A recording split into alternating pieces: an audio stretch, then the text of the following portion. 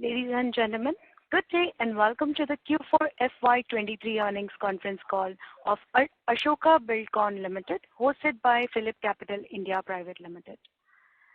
This conference call may contain forward-looking statements about the company, which are based on the beliefs, opinions, and expectations of the company as on the date of this call. These statements are not the guarantees of future performance and involve risks and uncertainties that are difficult to predict. As a reminder, all participant lines will be in the listen-only mode, and there will be an opportunity for you to ask questions after the presentation concludes. Should you need assistance during the conference call, please signal an operator by pressing star then 0 on your touchtone phone. Please note that this conference is being recorded. I now hand the conference over to Mr. Vikram Suryavanshi from PhillipCapital India Private Limited.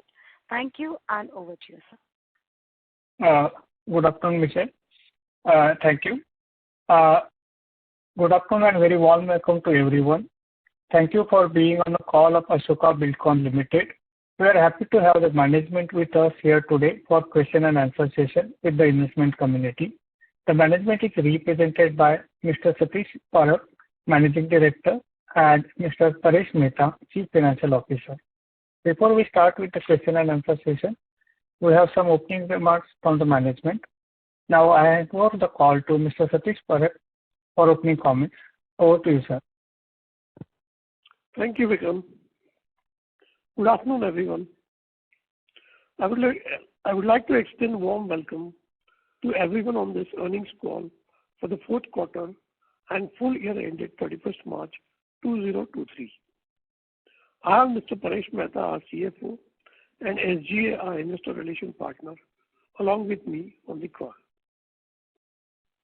During the quarter gone by, in March 23, company along with the North Haven India Infrastructure Fund and India Focused Infrastructure Fund managed by Morgan Stanley Investment Management Private Limited has entered into a share purchase agreement with Mahanagar Gas Limited to sell its equity stake in its subsidiary Unrivaled Private Limited, UEPL, for a total consideration of INR 531 crores for 100% stake. The transaction is subject to satisfaction of some customary conditions, including approval by Petroleum and Natural Gas Regulatory Board and lenders of UEPL, and is expected to be completed by 31st March 2024. Just to reiterate, the company has 51% stake in Unison Enviro. Similarly, the company has earlier entered into SPA with National Investment and Infrastructure Fund NIIF for sale of Javanagar BOT toll project and Chennai ORR project. The company continues to work toward achieving specific conditions preceding as per the respective SPAs. Now I'd like to touch upon the mutual termination of SPA with Galaxy Investments II Private Limited, which is an affiliate of KKR. We have been in continuous discussion with Galaxy for achieving various CPs as per the SPA. However, there has been unanticipated delays. Based on our discussions with KKR, we have mutually reassessed the transaction and then agreed to terminate the SPA without any financial implication to either party. I would like to highlight that we have reinitiated the divestment process and our discussion with various investors and parties. We are also divesting 11 HAM projects and discussions are at advanced stage. We will keep all of you abreast on the progress of the same.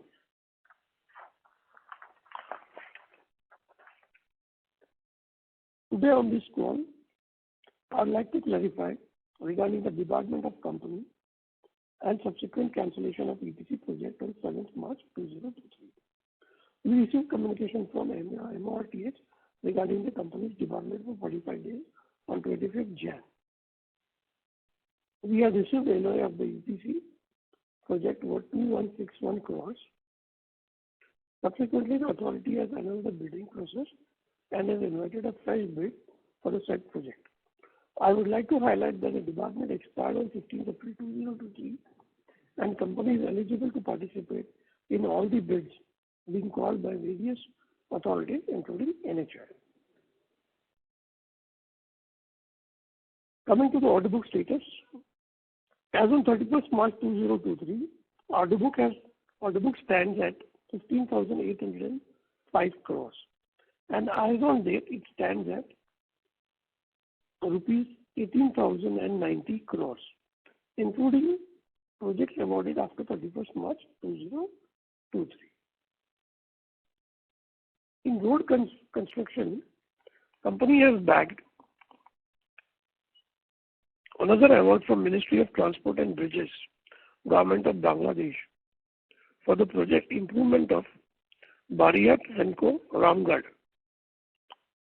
widening and reconstruction of existing pavement for an accepted contract value of $80 million.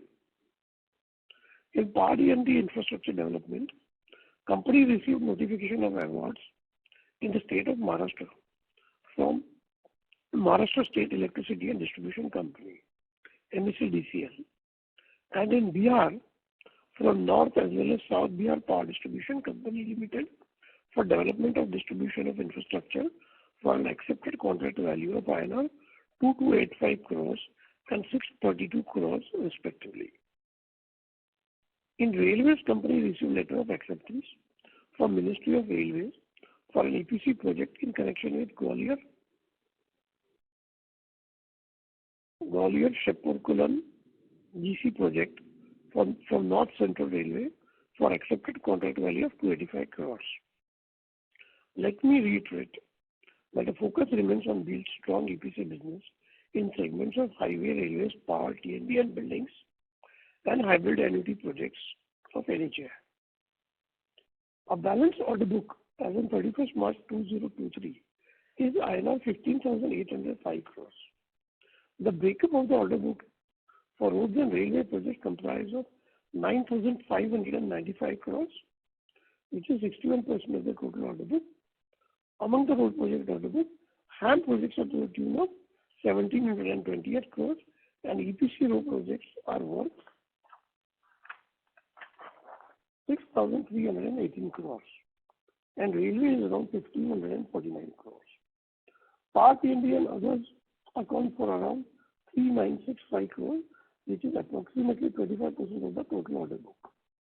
The total EPC building segment is under 2,221 crores, which is 14% of the total order book, and EPC work of CGD business comprises of balance 25 crores. This is all from my side. I would now request Mr. Paresh Mehta to present the financial performance of Q4 and full fiscal year 2023. Thank you. Thank you very much, sir. Good afternoon to one and all present on this call. The result presentation and the press release for the quarter have been uploaded on the stock exchange and the company's website. You must have had an opportunity to go through the same. Here, let me introduce that SGA Growth Advisors have been appointed as our IR from this quarter onwards. So they will be taking care of all the requirements of the investors, information as well as any guidance from the company's side. Of course, the company also will be available at any time for information. Now I'll present the financial results for the fourth quarter ended March 31, 2023. Starting with the standalone numbers, the total income for Q4 FY23 stood at INR 2,067.9 crores as compared to INR 1,622.7 crores in the corresponding quarter last year, registering a growth of 27%. EBITDA for the quarter was 174.4 crores with an EBITDA margin of 8.4%. EBITDA margins have been impacted mainly due to inflation pressures, high competitive bidding in some of the projects. The profits before tax stands at 108.7 crores before accounting of exceptional gains of 349.2 crores, which is on account of reversal of impairments on its investments and loans in its subsidiaries, including ACL. The reported PPT is 457.8 crores and PAT is INR 434.8 crores. For the full fiscal year 2023, total revenue was INR 6,478 crores, up by 35% year-on-year. The EBITDA stood at INR 639.4 crores with a margin of 9.9%. The profit before tax stands at INR 424.1 crore before accounting for exceptional gains as highlighted earlier. If you recollect, during FY22, we had recognized 769.6 crores as exceptional expenses on account of impairment of investment loans in subsidiaries including ACL. Just to elaborate, during FY22, the exceptional expenses of 769.6 crores pertain to an impairment of our investments in ACL and measurement of our obligation towards investors in ACL. However, during FY23, we have reversed these impairments on our investments in ACL and also reversed obligation towards investors in ACL due to increase in valuation of ACL, mainly on account of increased cash flow in its HAM projects, consequent to increase in interest receivables on annuity payments. Reported profit after tax for FY23 stood at INR 671.3 crores. Coming to the consolidated results, the total income of Q4 FY23 grew by 20% year-on-year to INR 2,478 crores as compared to INR 2,057 crores in Q4 FY22. EBITDA stood at INR 585.2 crores for Q4 FY23 with a margin of 23.6%.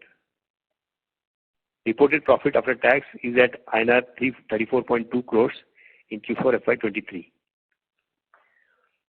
For full fiscal year 2023 on consolidated basis, total income was INR 8,235.1 crores, up by 34% year-on-year.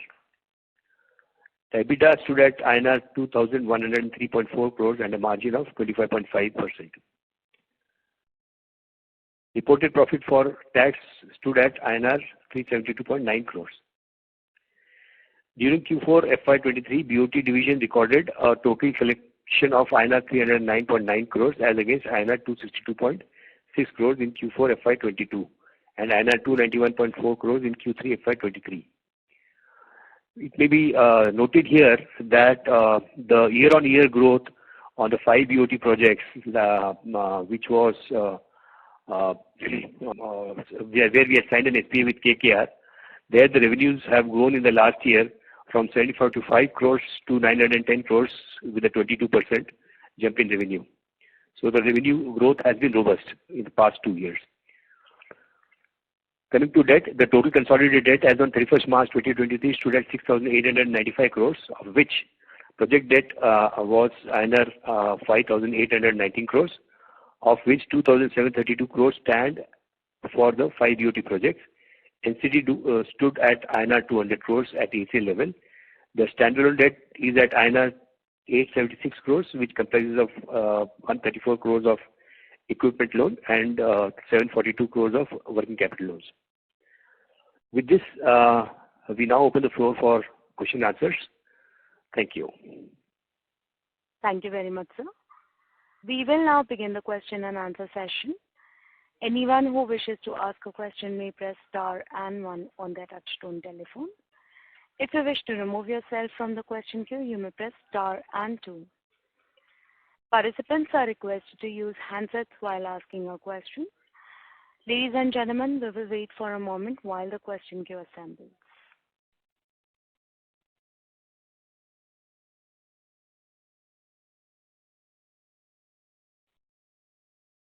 We have the first question from the line of Mohit Kumar from ICICI Securities. Please go ahead.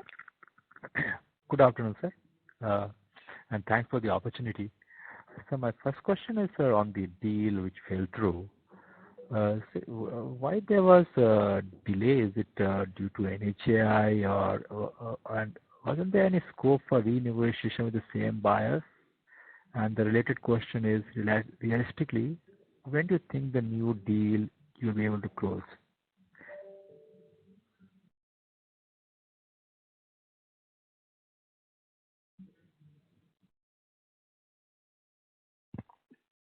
Hello. Yes, sir. Yeah. See, this deal we had been negotiating and we had almost taken 15 months. Basically, the biggest project, Dhankuni, was a typical concession agreement where pre-COD condition was not envisaged or mentioned. We had final COD, and final COD happened very late because of the land acquisition issues in the project. And the contract agreement stated 2 years after final COD. Now we were trying with NHI to get relaxation, which they have given to HAM projects, but finally we could not succeed in that, and there also timelines elapsed. So in this, the deal completely got cancelled. As far as new deal, yes, we have already soft launched. The process has started. We have good inquiry, and as Paresh has said, the revenues have also gone. In last year, we have seen around 22% average growth in the revenues. So we feel we'll be able to close this deal in this year, financial year. My second question is on this, sir. Of course, the execution-wise last year was decent, but the EBITDA margins were below par. Well, of course, we have asked this question again and again. But Q4 also there was no jump in EBITDA margin compared to Q3. So realistically, based on the current order book, what is the kind of EBITDA margin one should bake in? It should be 9% is a fair assumption based on the current order book? So you're right. What we discussed in Q3, the same situation will continue for another Q4, which is visible, and another 2 to 3 quarters. We believe Q4 margins will correct themselves to the normal margins which we used to declare in the previous years. So there are certain contracts which will of low margin which will get executed in this next 3 quarters, and most of it will get executed and completed then. So we expect to get back to above 10% post. Okay, sir. Yeah. So my last question, so we are again taking state distribution projects. I understand these are the reform development linked scheme. This is something where the working capital has been an issue in past. Do you think under the new RDSS scheme, it is expected to be far better? Do you think the payments are more regular? And have you got any comfort from the state discoms about the payment?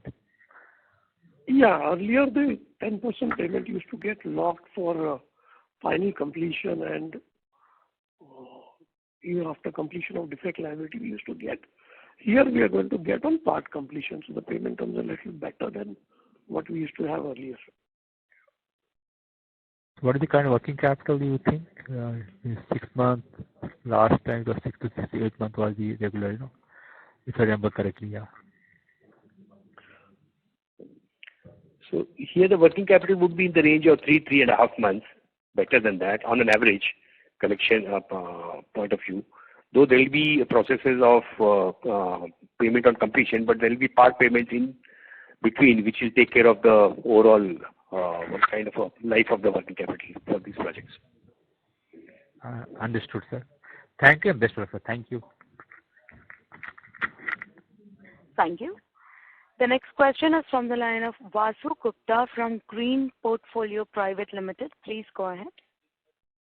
Hi, thank you for the opportunity. Can you hear me? Yes. Yeah, my question is on the recent order win of 2,284 crores from MSC DCL. Just wanted to know that management view on the counterparty risk in it, since MSC DCL in financial distress and is not able to pay its dues to power generators. Yeah, these are 100% funded by PFC. They have a 60% grant and 40% loan being given for this project from PFC. So you don't see any risk? Centrally funded, yeah. Okay. So can you tell me what are the payment terms, any mobilization or advance received for the project? Yeah, these have mobilization advance to the tune of 10%. We have not yet received, which we will get in maybe this month or next month. Okay. And then Earlier, they used to pay only 90% till the completion. Now, as you complete a section, you will get, even part completion, you are going to get your 100% payment, and only performance security is which will remain up to difficulty period. Okay. My second question is on the investigation of the alleged bribery case. What are the views of the management on it?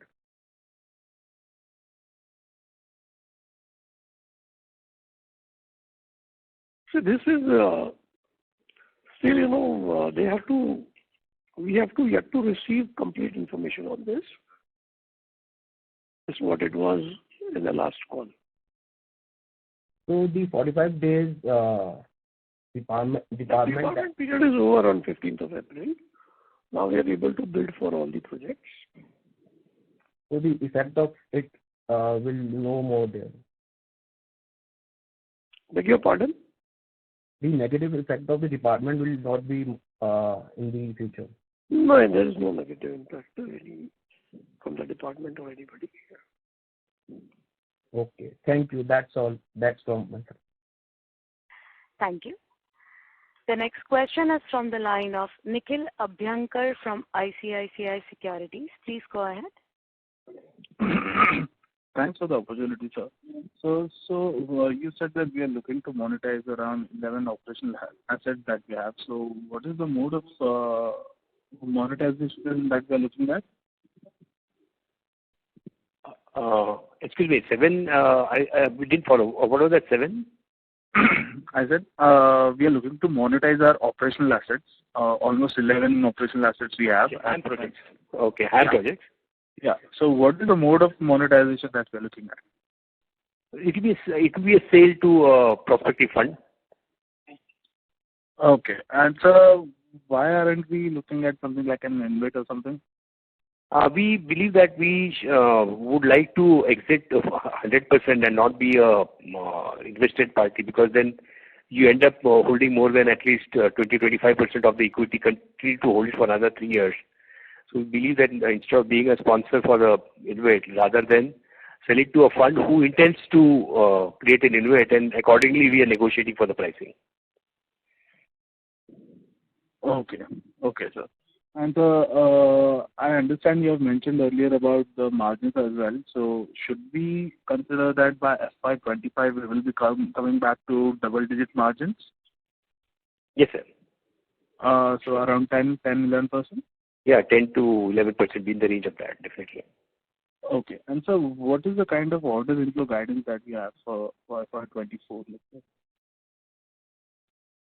So FY24, we'll continue to bid for road projects, definitely, and we'll try to take up road projects in the range of 6 to 8,000 for this year, partially in EPC business and partially in HAM projects. And the other sectors also will continue to bid and try to take orders to the tune of, in the power, approximately 3,000 to 4,000 crores, and other businesses in the range of 2,000 to 3,000 crores. So in power, you mentioned, will these be linked to RDSS or will this be T&D as well? Basically, RDSS schemes which are centrally funded. Oh, okay. Sure. So we're working in 4 sectors, basically: roads, railways, buildings, and power. Yeah. So roads will be our focus area to bag maximum orders, and HAM would be our preferred mode going ahead. Yeah. Okay, sir. Thank you and all the best. Thank you. The next question is from the line of Sanjeev Kumar Damani from SKT Consulting. Please go ahead. Namaskar, sir. Am I audible? Yes, you are audible. Thank you, sir. Sir, my first question is regarding the fact that you have just now said that in in 3 quarters of this year, you will be completing the low margin businesses, pending orders. So, sir, can I know the quantum that we are targeting to complete in the next 3 target of the old orders? And can I also know the amount that of high margin business that we will execute in coming 3 quarters, current 3 quarters of current year? Kindly reply, sir. Yeah, I probably don't have that information in that kind of a format which you're asking for. You could take it offline.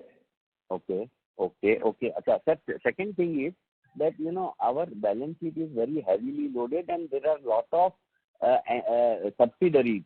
I mean, is there any thinking of the management to reduce the subsidiaries and make it a single company for better understanding of the analyst community? Is there any such plan of reducing the subsidiaries in coming days? So our asset monetization plan is typically directed towards that. All these subsidiaries which are below our holding co subsidiary, that is ECM, this is what we intend to monetize. So there are 11 HAM projects under various SPVs, which are subsidiary of a subsidiary. Then there are 6 BOT projects, 1 big annuity project, and the CGD business. So all these we have already put it on the block for monetization, and we expect that within a year and so we should be able to clean up, monetize most of it. So my last question is regarding the fact that the time we were negotiating to sell certain projects to monetize those road projects or some other projects, now the revenue from toll collection must have gone up. So do we see that we will be able to better realize the money from same assets now when we are negotiating? Definitely, that's what the trend definitely shows. When we did the valuation in 2021, when we signed up a deal with KKR, that time revenues and the growth rates were not looking as positive, but things have changed substantially for the last 2 years, and definitely we see a better valuation stacking up for these beauty projects. Sir, my salutation lastly, and all the regard for the kind of organization that you have created and the kind of work that you are executing for the growth of the country. And I wish you all the best. Thank you. Thank you. Thank you so much. Thank you.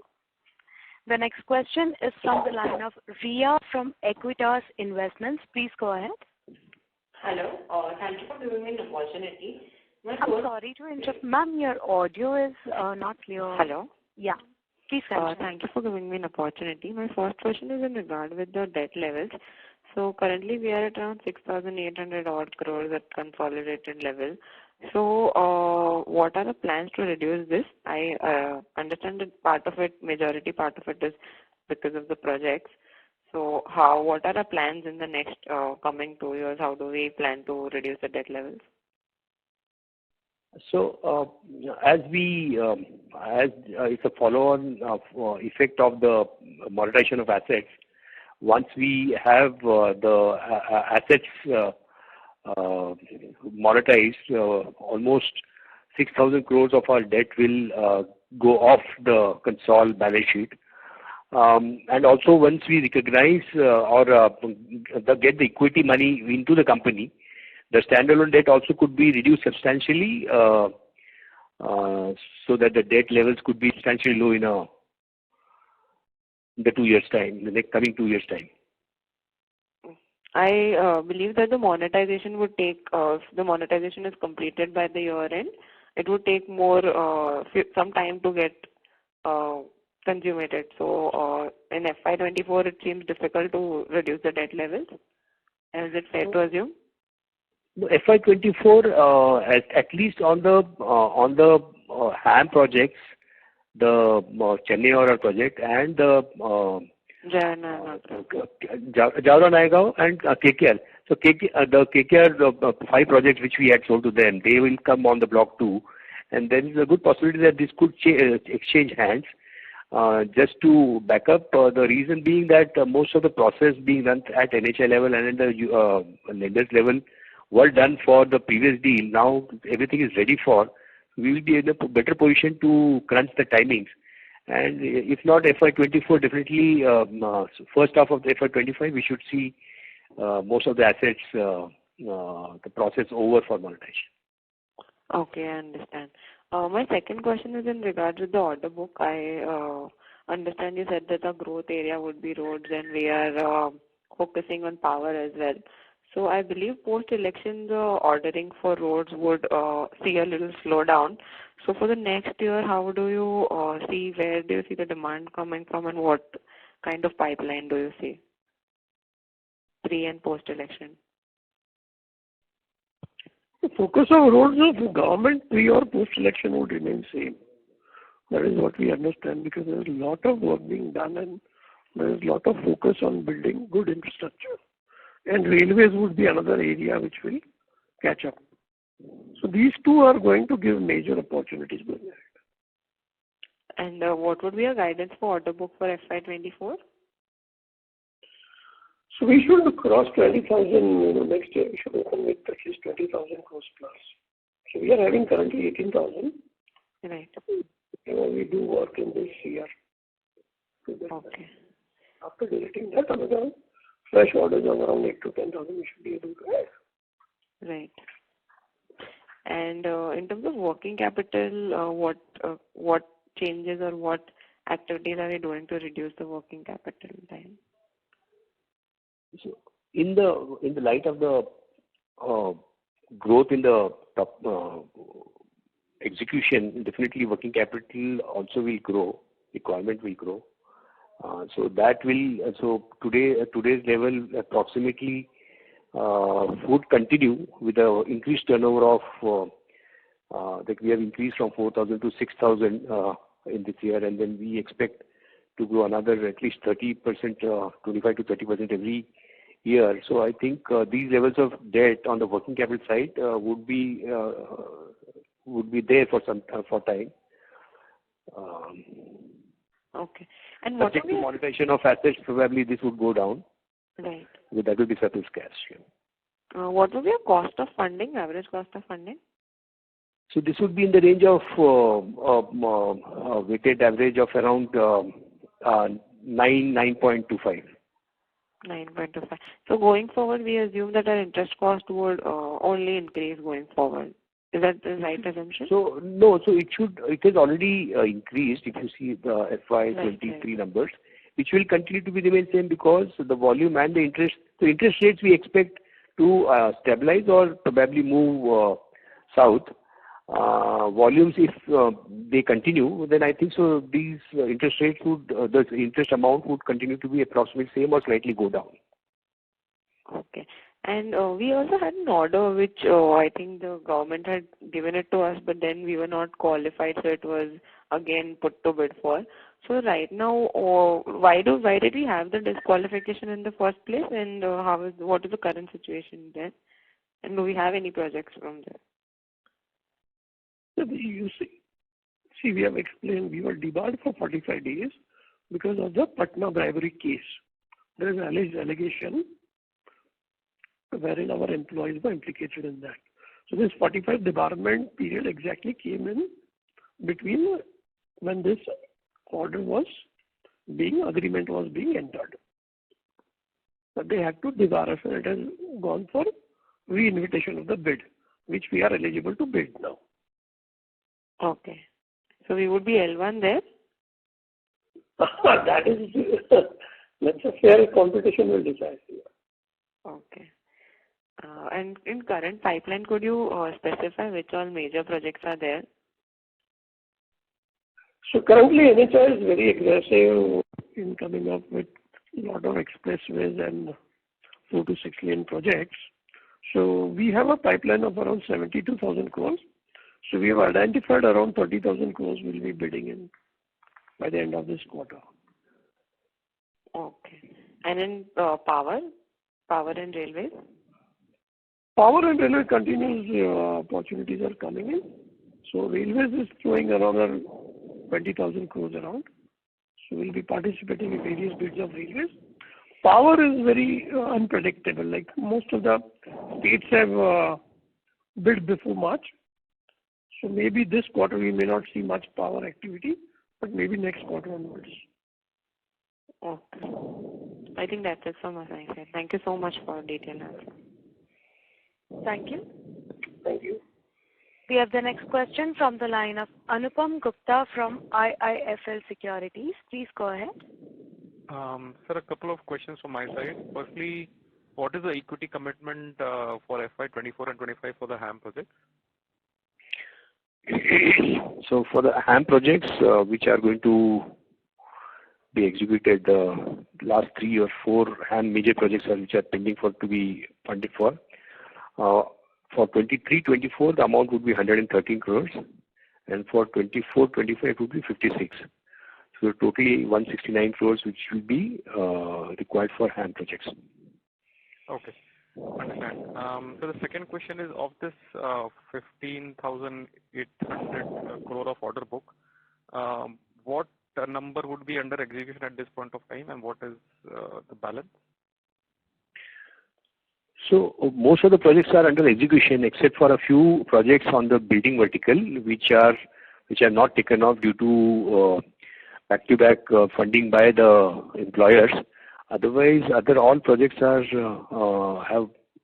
in execution stage.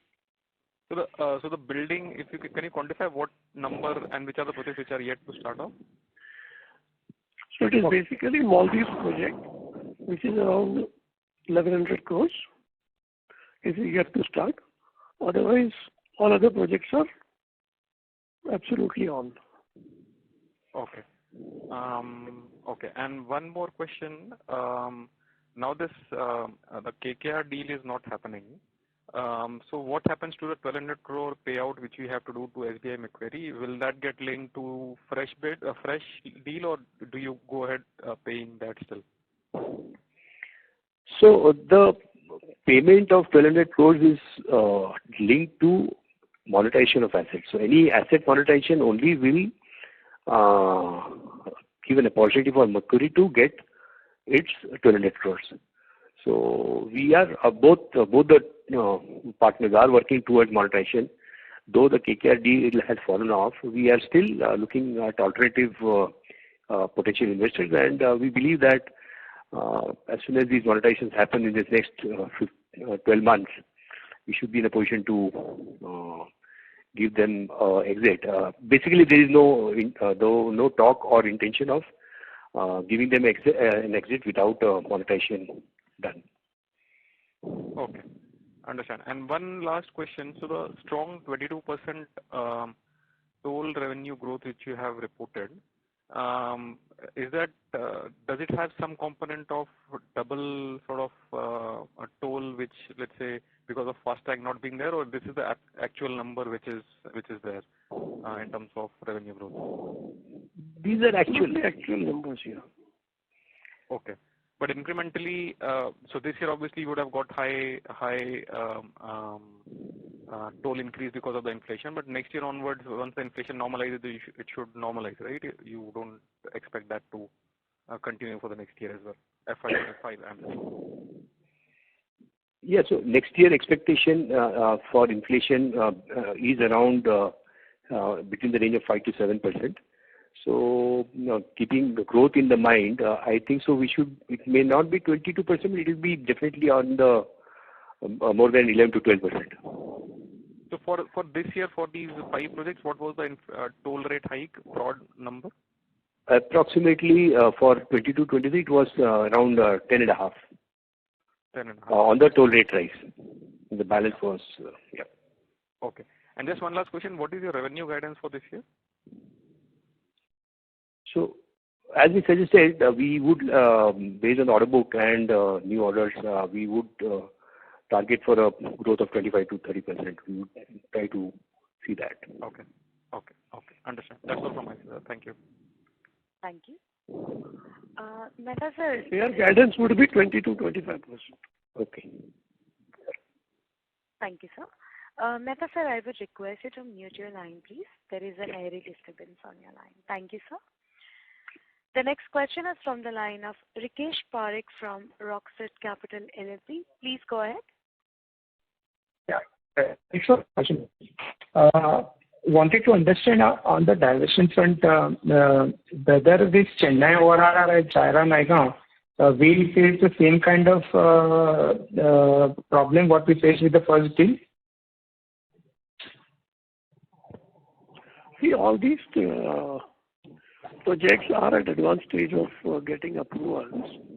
So we hope we will be able to clear, Chennai ORR by September. It should be through, and Jaora-Nayagaon will go up to December. Because Jaora-Nayagaon, the understanding. No, but even in the first deal, we were suggesting by first quarter of this year we will be able to go through, and we were not able to get the approvals from the NHAI. So just want to understand, do we have the same kind of concern over here in these two deals also? The concerns are there because we have to deal with states. And dealing with state is little slow. The mechanism is very slow. So we are taking a little time, but we think we'll go through all this. And as you just previously in the question, you suggested that the exit to Macquarie is dependent upon the deal getting closed. So hypothetically, assuming these two deals get closed, so would it mean that we will have to make a payout of the equity component to them, partial exit to them?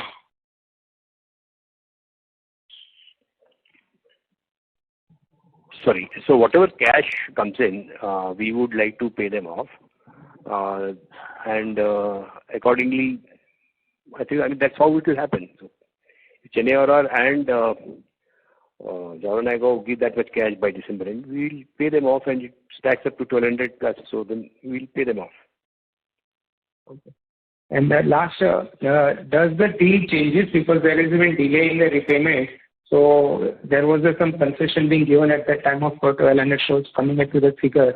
So does the terms change by any chance? I didn't follow, sir. What was that?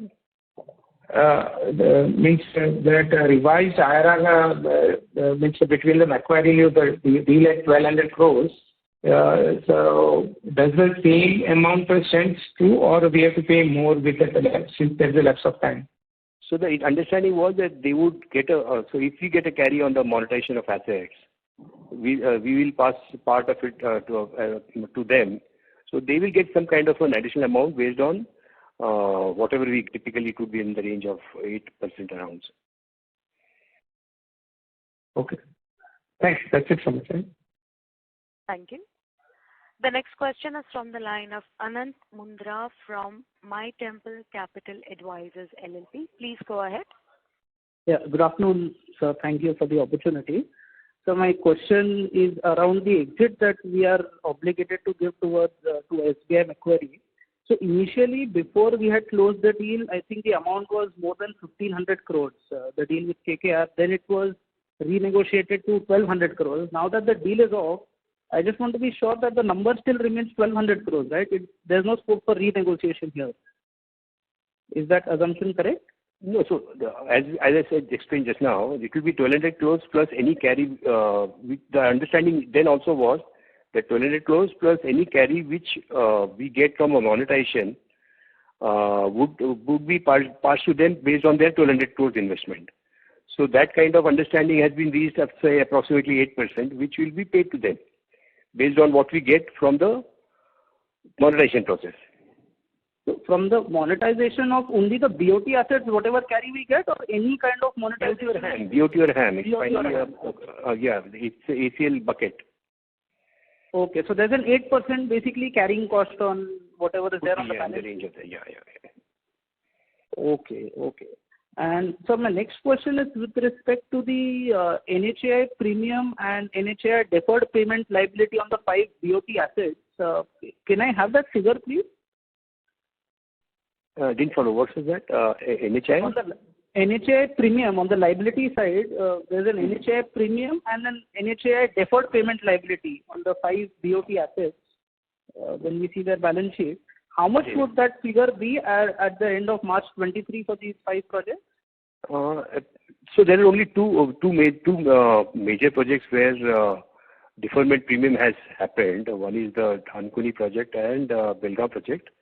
I think the total deferred premium there is in the range of approximately 700 odd crores. I'll come back to you offline on the exact amount.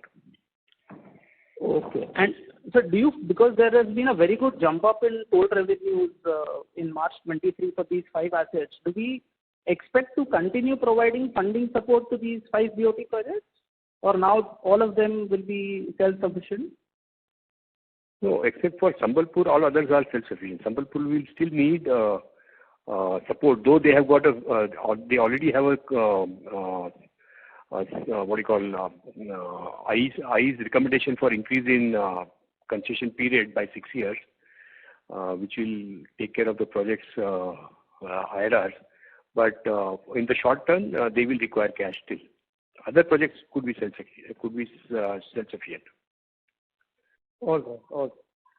And sir, my final question is on two subsidiaries, namely I think Viva Highways and Viva Infrastructure. They are holding a lot of land bank, right? So are there any, is there some plans to monetize this or some kind of development that we plan to do ourselves on these land assets that are there in these two subsidiaries? So we are looking at opportunities wherever it is possible. We would like to do that, but at the right opportunity time, we will definitely monetize that, preferably through direct sale or a joint development process. And so these lands are majorly in Nashik. Which geography are they in? And, they would be at Nashik, Pune, and maybe in MP, on the highway at Indore-Hyderabad, which we owned some time back. And what is the book value of these land parcels that we hold? It will be around 270 odd. 270 odd. Okay. All right. That's it from my end. Thank you, sir. Thank you. The next question is from the line of Vasudev from Nuvama. Please go ahead. Yeah, thank you for the opportunity, sir. So most of my questions are answered. I just had one question. If we look at a standalone balance sheet, the capital work in progress has gone up substantially in FY23. So what is the reason for that, and how much capex do we plan to do in FY24? Thank you. So we did a capex of 81 crores in last year, and in this coming year, the capex would be in the range of another 85 crores, another 80 to 90 crores. So, sir, if we see our CWIP as on FY22 was 17 odd crores. And if yes, that will be capitalized. These are for the new projects which we have started in the Kerala project. So accordingly, that will immediately put to use and will be capitalized. Major capex required is for couple of these projects like the Kerala project. Okay. That's it from my side. Thank you. Thank you. The next question is from the line of Nikhil Kanodia from HDFC Securities Limited. Please go ahead. Good afternoon, sir. Thank you for the opportunity. Sir, my first question is that if I heard it correct, then the bid pipeline is around 70,000 crores, right? I didn't follow. What was that? Sir, your bid pipeline, like if I heard it correct, then the bid pipeline is around 70,000. Mr. Kanodia, your audio is not clear. I would request you to kindly use your handset, please. Any better now? Yes, sir. Please proceed. Yeah. So, sir, if I heard it correct, then your bid pipeline is around 70,000 crores, right? Right. Okay. And sir, on the MGL deal, so when do you expect that deal to conclude? Which deal, sir? MGL, MGL deal.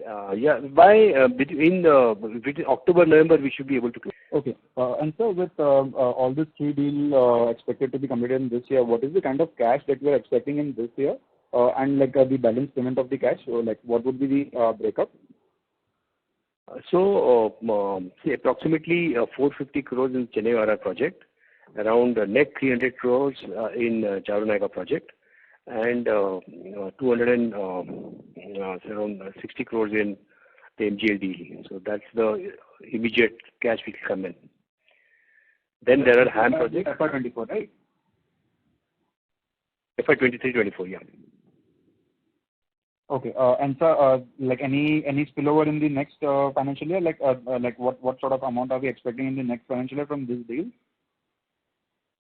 No, this will complete the deals as far as these three projects are concerned. Okay, understood. And sir, on your margin front, I understand that you mentioned that for the first 2 or 3 quarters you will be executing the lower margin projects, and in the Q4 you are expecting the margins to normalize.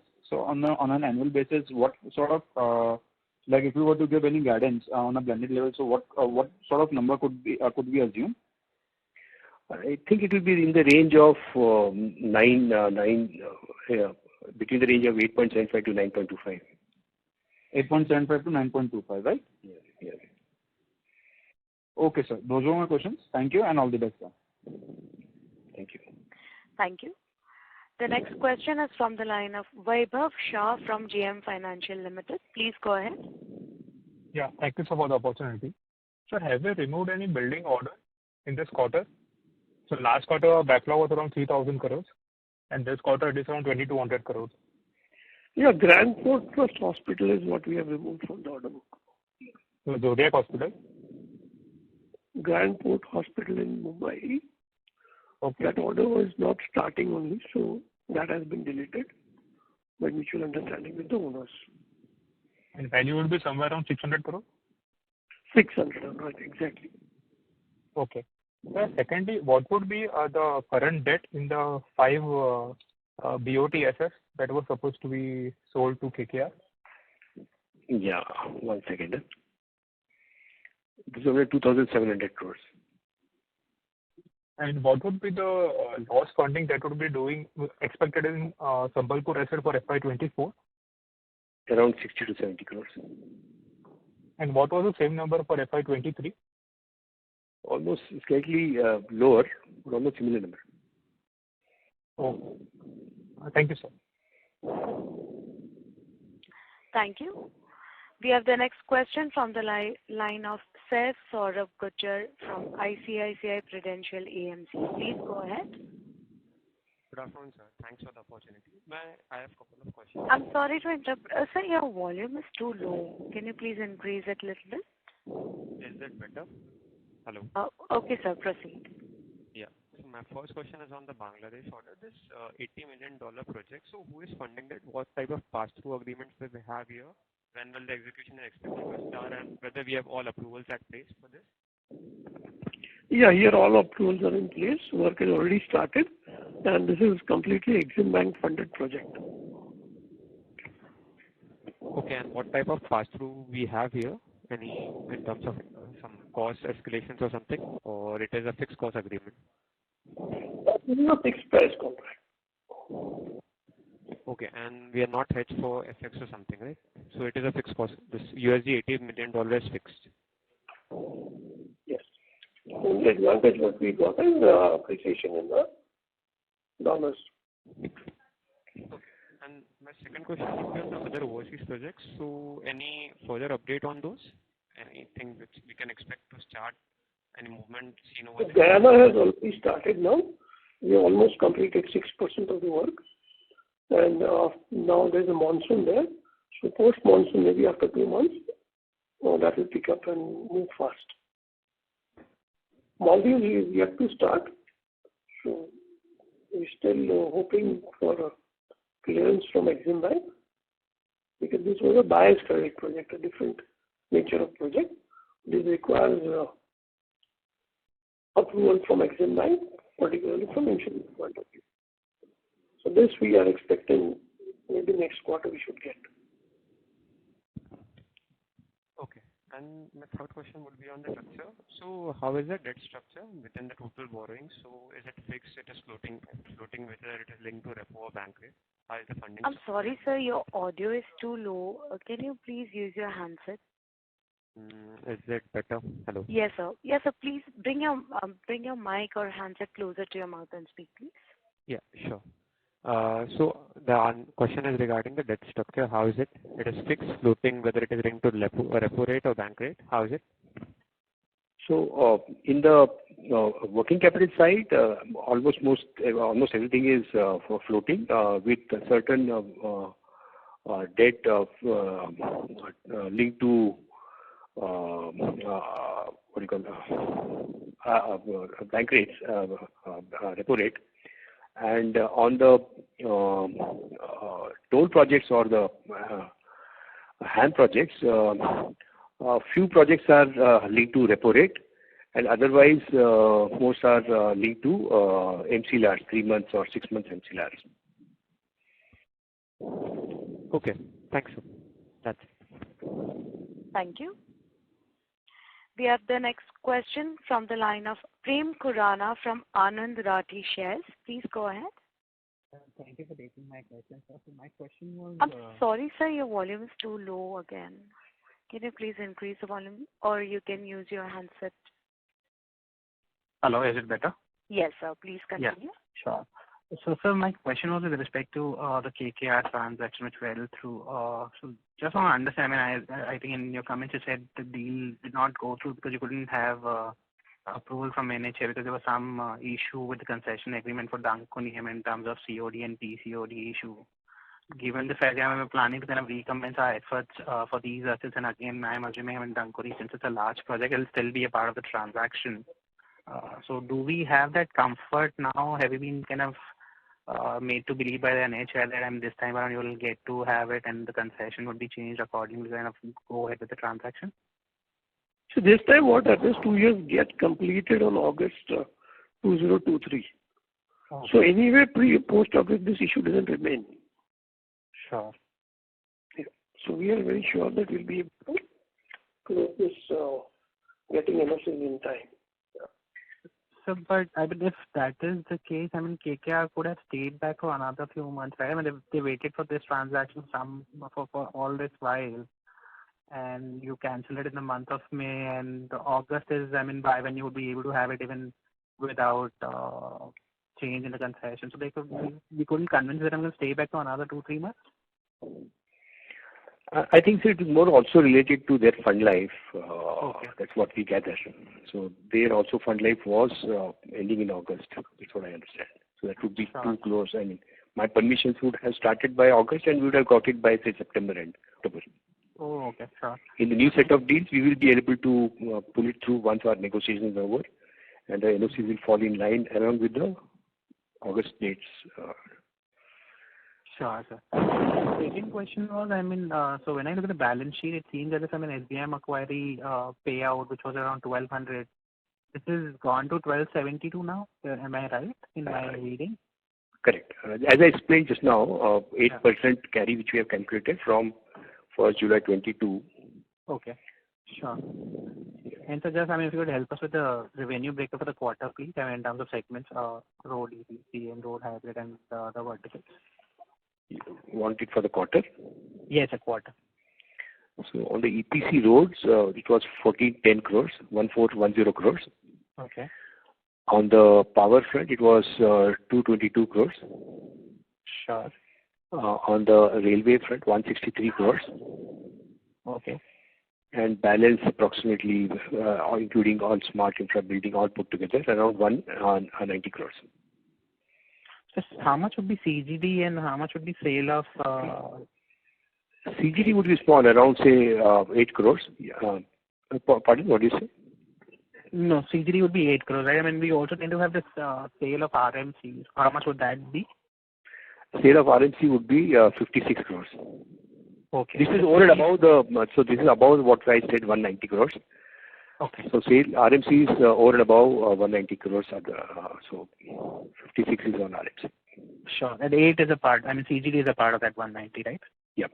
Okay. Sure, sir. Thank you and all the very best for future. Thank you. Thank you. The next question is from the line of Ash Shah from Elara Capital. Please go ahead. Sir, can you give the revenue breakup for FY23 as well? Yeah. For FY23, roads is 4,393 crores. Power is 675 crores. Railway is 640 crores. CGD is 51 crores. RMC is 217 crores. And other verticals, 380 crores. Good. Okay. Also, how much have you invested in the CGD business, 67 crores. 67 crores. Okay. Yeah, that's all from my side. Thank you. Thank you. The next question is from the line of Jitendra Petkar from JD Capital. Please go ahead. Mr. Petkar, I have unmuted your line. Kindly proceed with your question.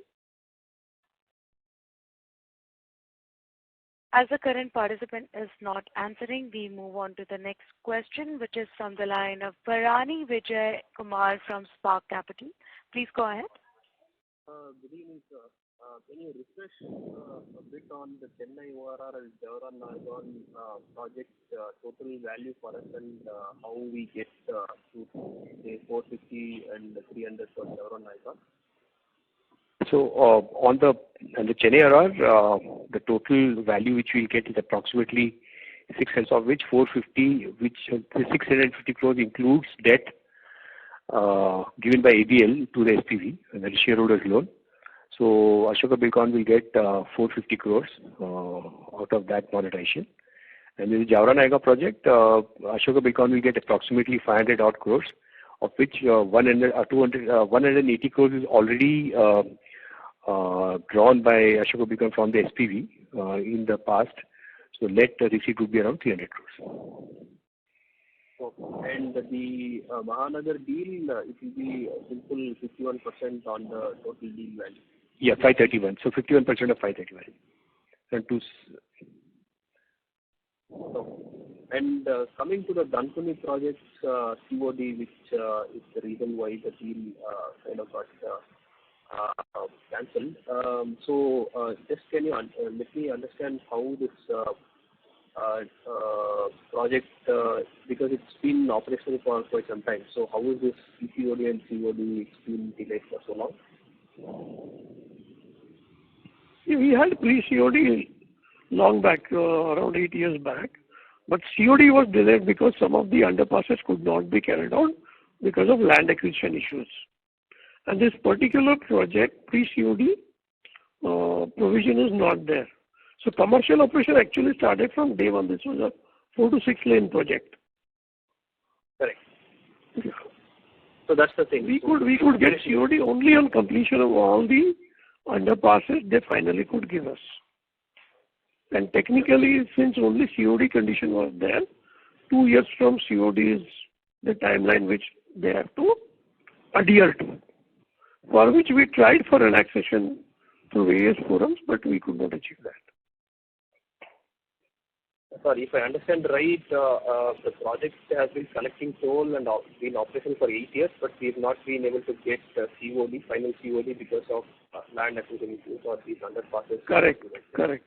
And so it has nothing to do with the revenues part.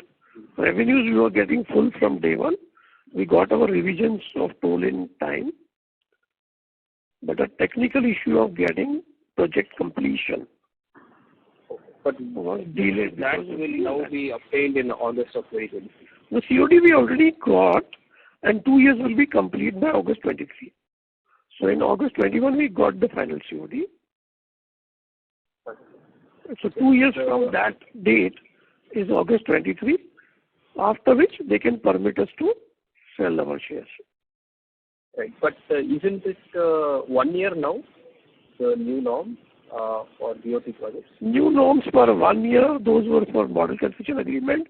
This was an agreement before that, so that correction again was to be done, which was in the process and could not be done.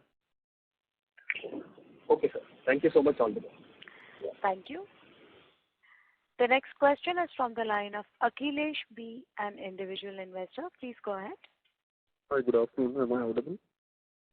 Yes, please proceed. Yeah, sir, what is the status of the project with NTPC? See, NTPC almost entire land acquisition is in possession. Part of the land is yet to be transferred to NTPC. All the pre-work which has to be carried out, like doing piling and putting up the entire structures, doing entire cabling, 90% of it is over. And only ordering of modules, for which we have given the LOA, and we are yet to finalize on the PO of the modules, which we would do in the month of June or July. And we have extension up to 2024 without any penalty to us. And now, do you anticipate any loss to us on the module? Yes, since the given extension, we are negotiating for price variation with them. If we get price variation, then there won't be any loss. If we do not get price variation, only on ordering of module we will be able to identify what exact loss we need to book. But the prices are substantially corrected from the peak, and we expect them to, by June, July, they should come to our expected level. And sir, just want to reconfirm a couple of things. You mentioned that the funding support to these bought projects is only to Sambalpur and is only 60 to 70 crores that you expect in FY23. Is that right? Correct, sir. Right. And the deferred NHAI premium on these 5 projects is only around 700 crores in total. Yeah, I will confirm that, but that's what I don't have the number offhand, but approximately that. Yeah, 750 crores to be exact. Okay.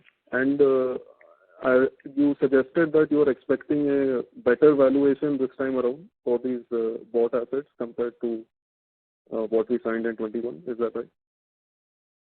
Yeah, definitely. I mean, seeing the revenues stacking more than what was considered at the time of valuation when it was given in 21, there is the model would be run in the same way. So definitely you throw up a substantially large variation to 1337. In fact, 1337, 2 years have passed of 21 valuation. Now it will become 23 or 24 valuation. So that kind of a yearly increase will definitely happen. And based on the traffic incremental and even WPI being more than which was there in the past, say 3 or 4 years back, the valuation should be substantially better. My last question is on the HAM disinvestment.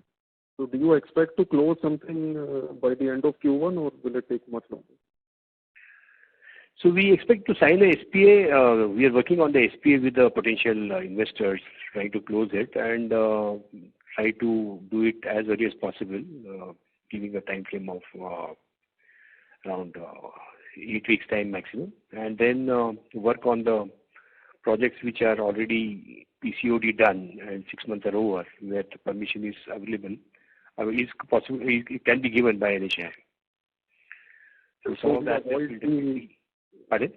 So we could avoid the issues, like we had in the KKR transaction in terms of if Here the SOPs of NHAI are quite clear and simple. So, and there are not much issues. There are not long-drawn issues also in these projects. These are hardly 2 years old projects. So issues and the NOC should be given faster. So they should be comparatively much more straightforward. Yeah. Okay. That's all from my side. Thank you. Thank you. The next question is from the line of Ash Shah from Elara Capital. Please go ahead. Sir, can you just repeat the order info guidance for FY24? Yeah, so in road sector, we expect around 5,000 to 7,000, and others like railways and power and other buildings on the 2,000 to 3,000. So what we expect is around 8,000 to 10,000 should be what we should be able to clock this year. Okay. Yeah. Thank you. Thank you. The next question is from the line of Hari Kumar, an individual investor. Please go ahead. Good afternoon, sir. Am I audible, ma'am? Yes, sir, you're audible. Okay. The first question is regarding this interest of 1,100 crores on consolidated debt of 6,900 crores. Like, are we paying a higher rate of interest or any other reason is there for these high rates? And also, related question, is there any interest that is being capitalized in the books, sir? That is the first question. Yeah, so the asset is, there's a Ind AS policy which is being adopted for amortizing the asset and providing of the interest. So interest rate is in the range of, as I said, in the range of 9%, 9 to 10% for term loan assets, like BOT assets. and HAM assets are lower. Is there any other debt than the 6,900 crores, sir? Because we are paying 1,100 crores of interest. Maybe I'll just give some time and come back. Okay, sir. The second question, sir, this impairment which we have written back, like once we resell it again, we have to go for the impairments again? So the moment of impairment was created by the reduction in the interest rate regime in the HAM projects 2 years back, within 2021. And due to that, valuations of HAM projects got impaired. Due to increase in interest rates in the past 8 months, these valuations have been reinstated, and whatever impairment was taken then has been reversed. Okay. Thank you. Thank you.